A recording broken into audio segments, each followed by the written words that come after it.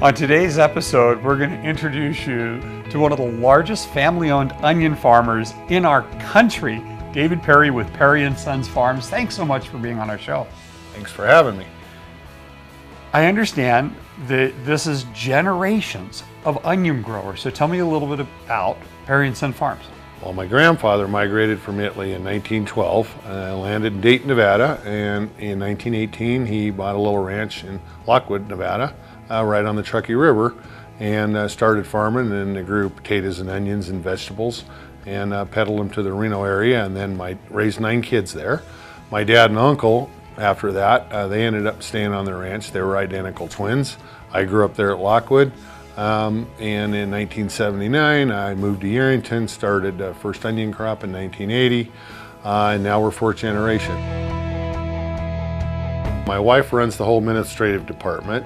One of my daughters runs the sales department, the onion sales. Another one of my daughters runs the accounts receivable. Another one of my daughters works at the daycare we provide for all the employees' children.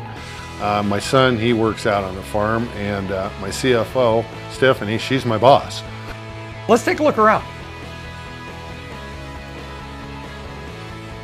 So you have quite a few acres here. Yeah, about 12,000. 12,000 acres. Yes. And you grow a lot of onions. The largest family-owned onion farm in the country? If we're not the largest, we're probably in the top 5 or 6, yes. How many pounds of onions do you produce a year? Around 350 million.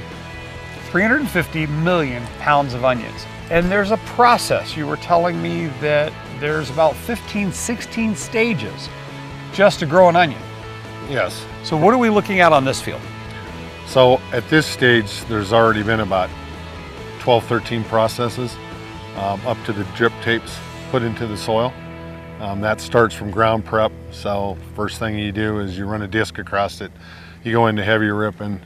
You have to GPS it, get all the highs and the lows out, get the lister, make the furrows again, then start the process of working the beds to get the soil in the right condition, to get the drip tape put in, then install the fertilizer, and then the final process is to roll the beds back out and put the seed in the ground. Well, let's take a look at some of the processes going on this side of the street. Okay. So after you get the drip tapes in and you've tilled it and you've gotten it to that status, what's the next process they're doing on this farm? Then we overseed with oats. We roll the beds back out. And then the onion seeder comes, puts the onion seed in, and the sprinkler pipe comes behind that to irrigate it. So why do you overseed it with oats? It's mostly for wind control. The beds obviously are real flat. We can get 60, 70 mile-an-hour winds off these mountains here in northern Nevada. The soil's light in some of the ground we have. It'll just blow the sand, cut the onions off, kill the onions, you don't have a crop. So the oats grows faster than the onions. It gets up and gets you protection from the soil blowing. Well, let's take a look at some of the equipment it takes to actually plant seeds. So what's this contraption? You've got a lot of machinery out here. Well, this is the final process. That's a vacuum seeder. So it runs under a vacuum off the GPS. The GPS through the computer in the tractor is what sets, you set the spacing you want desired down the row, and under vacuum it picks up the seed against the plate. When it gets to the bottom, it drops the seed. So for example, we plant, right now they're planting 190,000 seeds to the acre. 190,000 seeds to the acre. Yes. And what we're looking at right here is approximately how many of your 12,000 acres? This is roughly 45, 50 acres.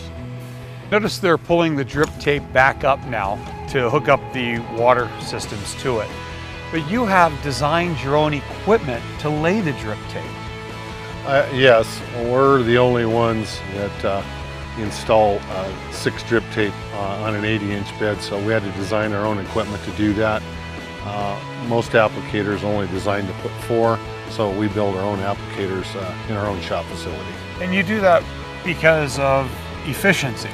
Efficiency, we have pretty loamy light soil here, so we want to be able to run the drip system, short period of time, have uniformity in water. We want all the plants getting the same amount. in short durations of water. So onions are shallow rooted, so we want to give them a little bit of water often, and we want them all to be getting the same drink. Now, when you started in this industry, you didn't have all of this technology. How has that improved the farming operations? Oh, from the time we started, we had 35-inch beds. These are 80. We were planting 2 lines on the 35. That's what we did when we were kids. When we moved to Mason Valley in '79, planted the first crop in '80, we had 40-inch beds that were half the width of these, and we had 4 lines on top of them, and we ran the water down the furrow. Then we went from that, we went to sprinkling onions all the way through to make it more efficient. We went to 5 and 6 lines on a 40-inch bed, and then by about 1995, we started switching all to drip, going to 80-inch beds, and that's where we're at today. You're an innovator in the industry of growing onions. We like to think so, and you never quit learning in this industry. Always learning something, always trying to make improvements. With all the acreage you have, that must present some very serious irrigation challenges. Yes, it does, but we've worked real hard on mastering it. We have a pretty good program. The first thing we do, obviously, is see the sprinklers running. Each one of them sprinklers has a pressure regulator under it, so it's all about being real uniform. They only allow 50 psi out, so the bird at the top of the line or the bottom of the line, everything has the exact same amount of water coming out of it. We use the sprinklers to get the crops started, keep the top wet, dries out very quick. Also when we get wind to help control wind erosion. Then once the crop gets going, we switch over to drip irrigation, which is the most efficient. It's in the ground, you get no evaporation, and it's as uniform as possible. To produce 350 million pounds of onions, that must take an enormous amount of employees. We have about 800 employees all summer. When we get into peak, we're harvesting veg and onions at the same time. We peak at about 1,700 people. That calculates out to a huge payroll at that particular time. At our peak, we hit $1.5 million a week at payroll. I want people to see onions differently and vegetables differently when they hit the shelves at the produce department. $1.5 million a week to farm the produce that they're picking one up to take home with them. Yeah, that's just during harvest. That doesn't count anything to do with the growing season. That's at harvest. We hand harvest all of our onions. All of our produce is all hand harvested also, whether it's broccoli or cauliflower or cabbage or iceberg lettuce or romaine lettuce. So it's all done by hand, so the cost is enormous to get that pretty produce on the shelf. That doesn't count the land and the equipment. You have a lot of tractors. Yeah, we have over 100 John Deere tractors and over 300 licensed vehicles between pickups and trucks and everything, trailers, everything associated to pull behind the trucks. It takes a lot. Today we're harvesting. What's this process? What the process is the tractors that you see running, they have a square bar that turns the opposite way that the tractor's going. It cuts the roots, lifts the onion up, and the guys riding on there place the bags out for the harvest crew. And then the harvest crew comes in and they clip the onions, put them in, clip the tops, put them in 5-gallon buckets.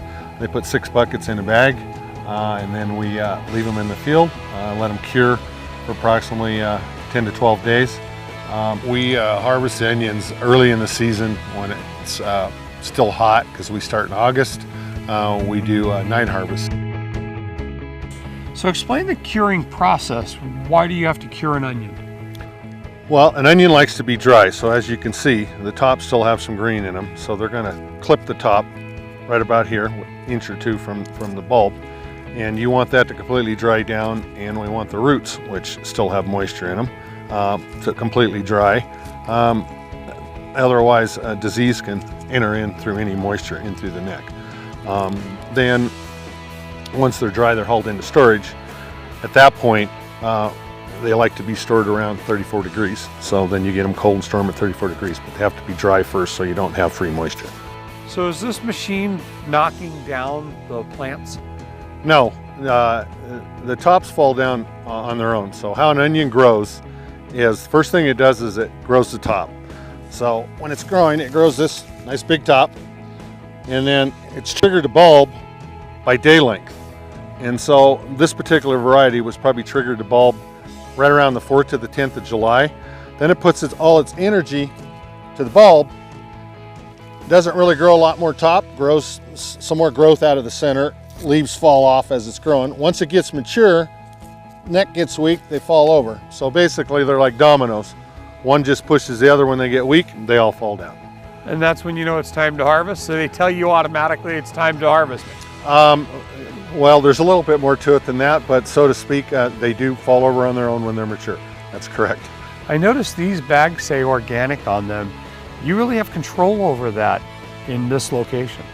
Yes, we farm this entire 1,600 acre piece here. So everything around us where we grow organics is our own, so we control it. So we make sure we don't have any drift from the non-organic fields. If they're in alfalfa or onions or a different crop, we have control of that. What's going on with the machine that we see coming towards us right now? After the onions cure in the bag, once they've been harvested, these have been sitting in the bag about 10 days.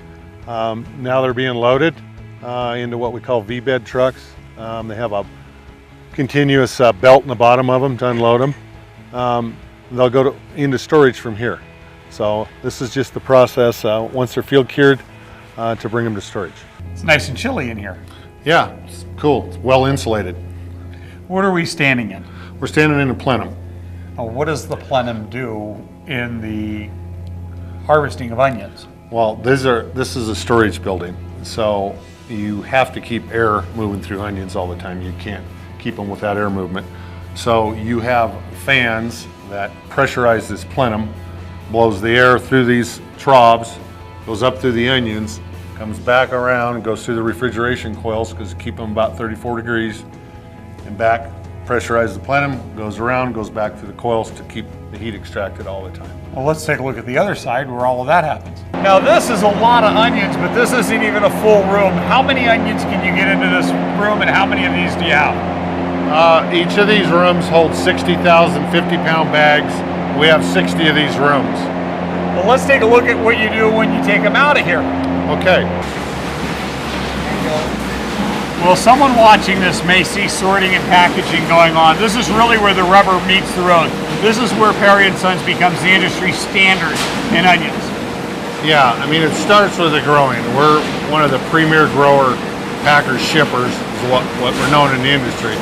And we are the premier packer in the world. We high grade everything.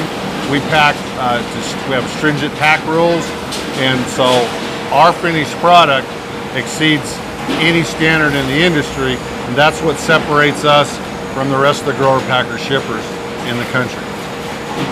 So after they're sorted and packed, they come into this staging area to be shipped. They're loaded in semis. We ship roughly 250 to 300 semi loads a week. That's 50 to 60 semis a day from September to... Yeah, our busiest season is September through January. That's 250, 300 loads a week. The rest of the year, we're 150 to 200 loads a week. Year round? Year round. That's a lot of onions. Earlier, you said to me that you have, during the harvest season, as many as 1,700 people harvesting. Where do they sleep, in the fields? No, we have housing. We bring everybody in on an H-2A work visa. They're seasonal workers, and we have to provide housing, transportation. I'll show you where we house them. Oh, let's take a look at that. You were talking about housing 1,700 people. These are apartments. Yes, we have apartments for roughly 1,000 people. It takes 800 to 1,000 all season long between the veg and the onion. And then we have housing for an additional 700 that come in just strictly for the onion harvest. They're here for about 6-7 weeks. That's amazing. I know I'm not going to be alone. Overwhelmed, blown away with your operation here in Yerington, never knew. And I'm sure a lot of other people right now are going, what? You make me proud to live in Nevada, and I want to thank you for having us out here today. Well, thank you. I gotta ask you one question. Onions. Gotta be a lot of crying that goes on around here too. Well, actually, we're in the process of introducing a new sweet onion that is actually tearless. Onions have been known to create a lot of crying, but we are working on an onion that's been 30 years in the development, and it's a tearless onion. So coming soon, we'll be offering a tearless onion. Can't wait to talk about that on another episode. If you're a retailer and you want to carry Peri & Sons onions, and you don't now, just visit their website, perryandsons.com. Thank you again so much for having us. Thank you.